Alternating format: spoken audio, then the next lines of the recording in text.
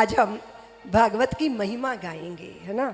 अगर किसी डॉक्टर की महिमा आपको पता चल जाए ना, तो फिर उसकी औषधि काम करती है, क्योंकि आपको उस पर भरोसा हो जाता है। ऐसा ही है ना, ऐसा ही है ना। उसी सुनार के यहाँ जाओगे जिसके बारे में पता है कि वो प्रामाणिक है, उसकी महिमा पता होनी चाहिए। अब कुछ तो बात होगी ना कि आदरणीय प्रेमचंद जी को लगा होगा कि भाई मुझे कथा तो दीदी माँ से ही सुननी है, इसका मतलब दीदी माँ की महिमा की कुछ कुछ खुशबू उनके पास थी। ऐसा ही है ना, ऐसा ही है ना। तो बिना महिमा के किसी की बात बनती? तो भागवत की भी अपनी महिमा है। तो भागवत की महिमा गाई गई, उनके महात्म्य को जब प्रारंभ किया गया तो बहुत सुंदर प्रथम श्लोक है, सच्चिदानंद रूपाय विश्वोत्पत्त्यादि हेतवे तापत्रय विनाशाय श्री कृष्णाय वयम नमः। बहुत बहुत बार हमने देखा कि हम अपने ठाकुर को क्या बोलते, ये मेरे ठाकुर है, ये मेरे नीलमणि है, ये मेरे कन्हैया है, ये मेरे कनु है, ये मेरे द्वारकाधीश है।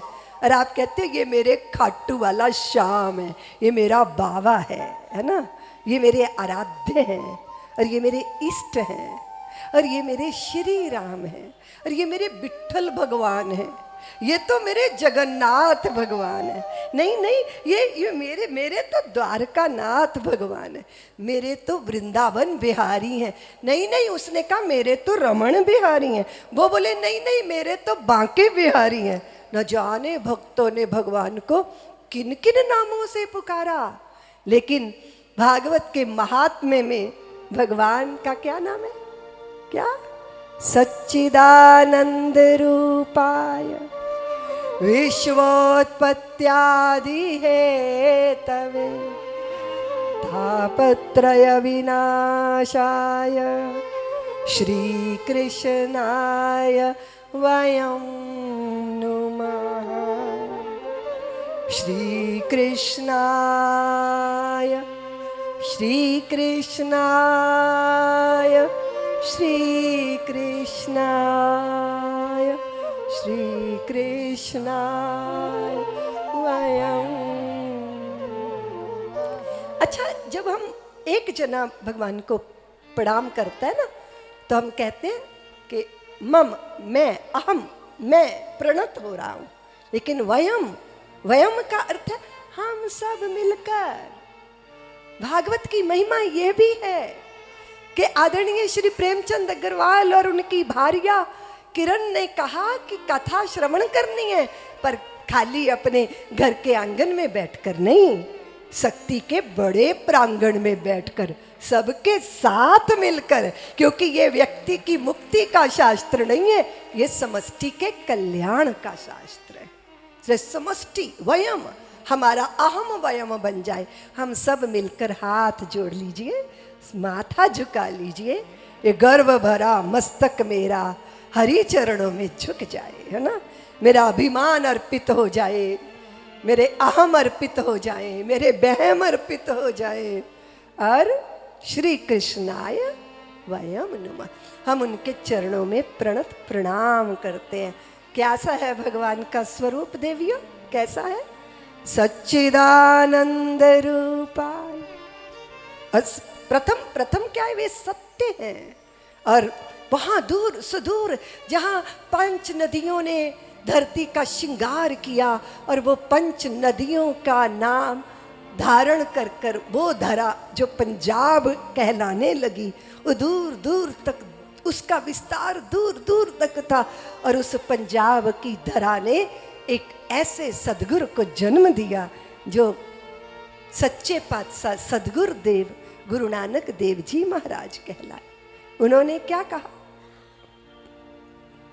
आदि सच जुगादि सच है भी सच, नानक होसी भी सच। जो पहले भी सच था, जो बाद में भी सच है, जो अब भी सच है, जो पहले झूठ था किंतु अब सच है, बाद में भी झूठ हो जाने वाला है, वो सच कभी हो नहीं सकता। सच कौन होता है देवियों? आदि सच जुगादि सच, जो प्रारंभ से भी प्रारंभ था और जो अंत के बाद भी जिसका अंत नहीं होता, अनंत ही रहता है, वो सत्य वही है जो कभी नष्ट नहीं होता। सत्य शाश्वत होता है। सत्य फिर क्या है? चित्त, चैतन्य। वो जड़ नहीं है, वो चैतन्य है। जड़ भी जिससे चैतन्य हो जाए, सत्य चित्त। और क्या है वे? आनंद। क्या है? बोलो देवियों। सुख के बाद दुख है, लाभ के बाद हानि है, हर्ष के बाद विषाद है, पाने के बाद खोना है, आने के बाद जाना है। लेकिन आनंद के विपरीत, बोलो ना, कुछ तुम भी तो बोलो। मृत्यु का विपरीत जन्म है, पर जीवन का विपरीत, जीवन का विलोम कोई है क्या? बोलो ना। आनंद का विलोम शब्द है क्या?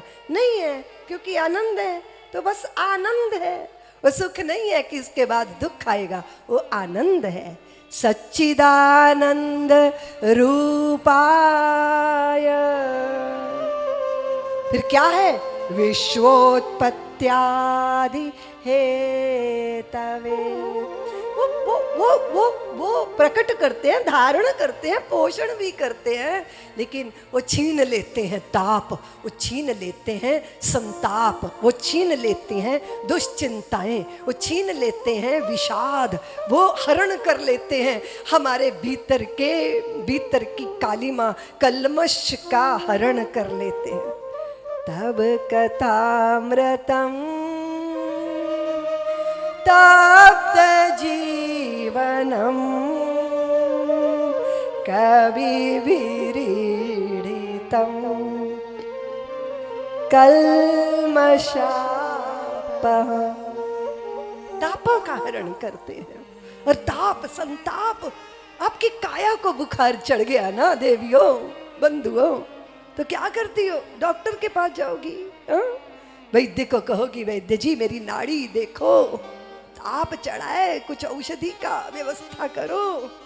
शरीर के ताप औषधि खा के दूर होते हैं, पर मन के संताप वो कैसे दूर होंगे? उसकी भी तो कोई औषधि चाहिए। एक भौतिक ताप है, एक आध्यात्मिक ताप है, और एक आदि दैविक ताप है।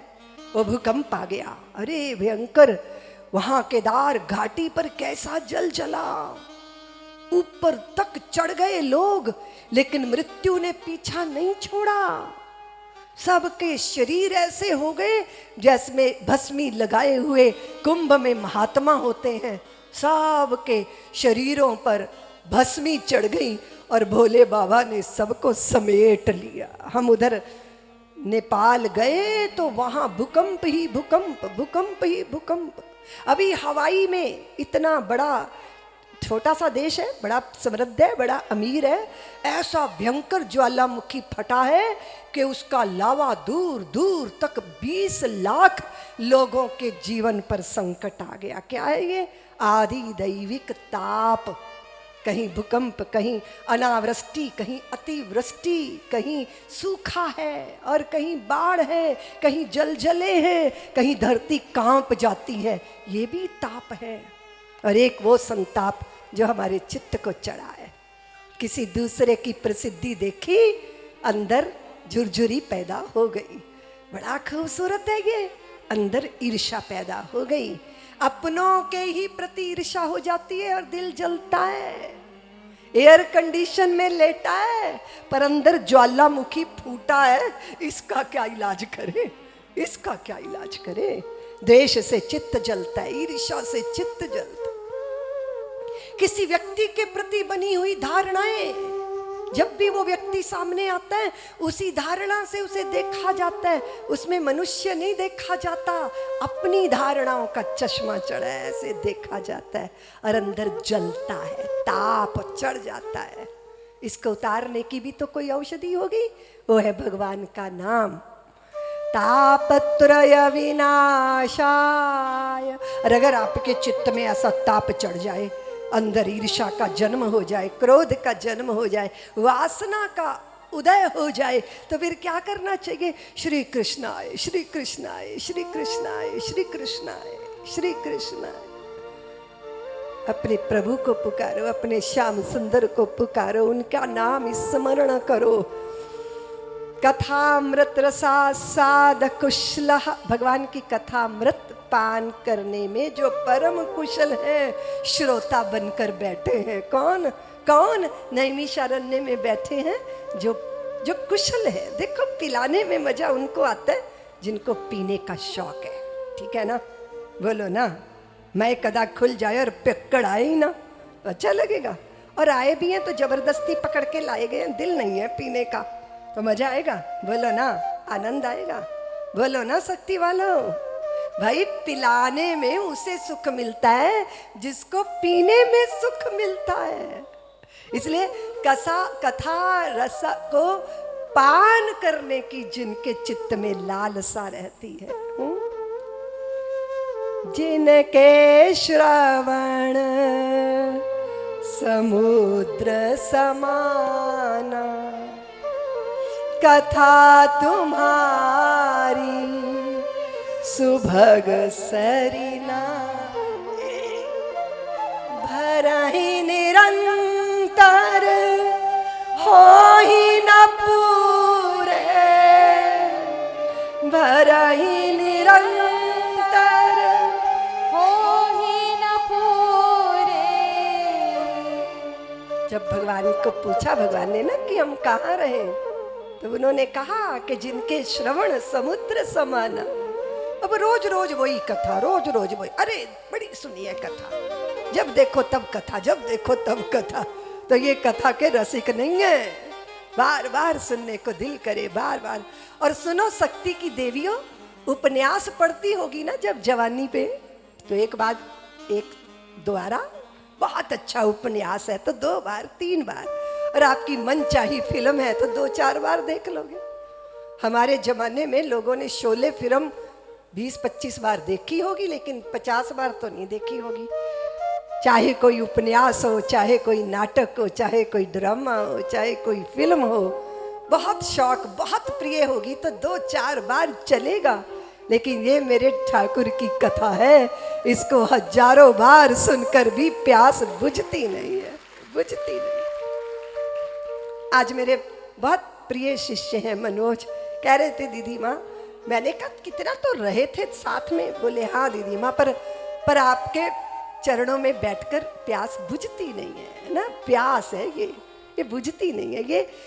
ये भगवान के नाम का रस है, जिसको लगता है कि हम कानों से ही ना सुने, हमारे शरीर का रोया रोया कान बन जाए। और कभी कभी दिल करता है कि ना हमारी आंखें बस 2 ही क्यों हैं, हमारा पूरा शरीर क्यों नहीं आंखें बन जाता, और इतनी आंखों से प्रभु का दर्शन करें और धन्य हो जाए। लू लू दे मुड लख लख च, पूरा शरीर आंख बन जाए और हम इतनी नेत्रों से भगवान का दर्शन करें। सब्सक्राइब करें साध्वी ऋतंभरा जी के YouTube चैनल को, और हमारे वीडियोस को सबसे पहले देखने के लिए बेल आइकन को दबाना ना भूलें।